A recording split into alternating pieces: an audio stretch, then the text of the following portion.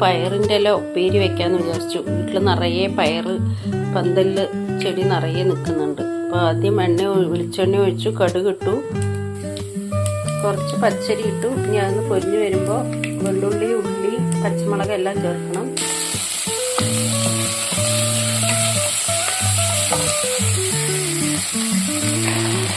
ഉള്ളി ഒന്ന് നിറം മാറുമ്പോൾ പയറിൻ്റെ ഇല അരിഞ്ഞത് ചേർക്കുക. പയറിൻ്റെ ഇലയ്ക്ക് കുറച്ചൊരു വേവുണ്ട്, അതുകൊണ്ട് കുറച്ച് നല്ലോണം നേരം വയ്ക്കണം. കുറച്ച് നേരം ഒന്ന് അടച്ച് വെച്ച് വേവിക്കുക.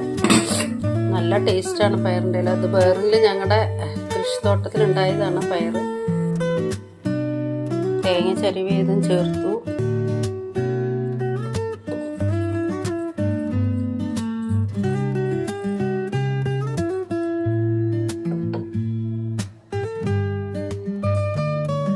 നല്ല ടേസ്റ്റുള്ള പയറില തോരനാണ്. എല്ലാവരും ഉണ്ടാക്കി നോക്കണം. വേറെയുള്ള ആർക്കെങ്കിലും പയറിൻ്റെ ഇല വേണമെന്നുണ്ടെങ്കിൽ ഞങ്ങളുടെ വീട്ടിൽ വന്ന് തരാം കേട്ടോ.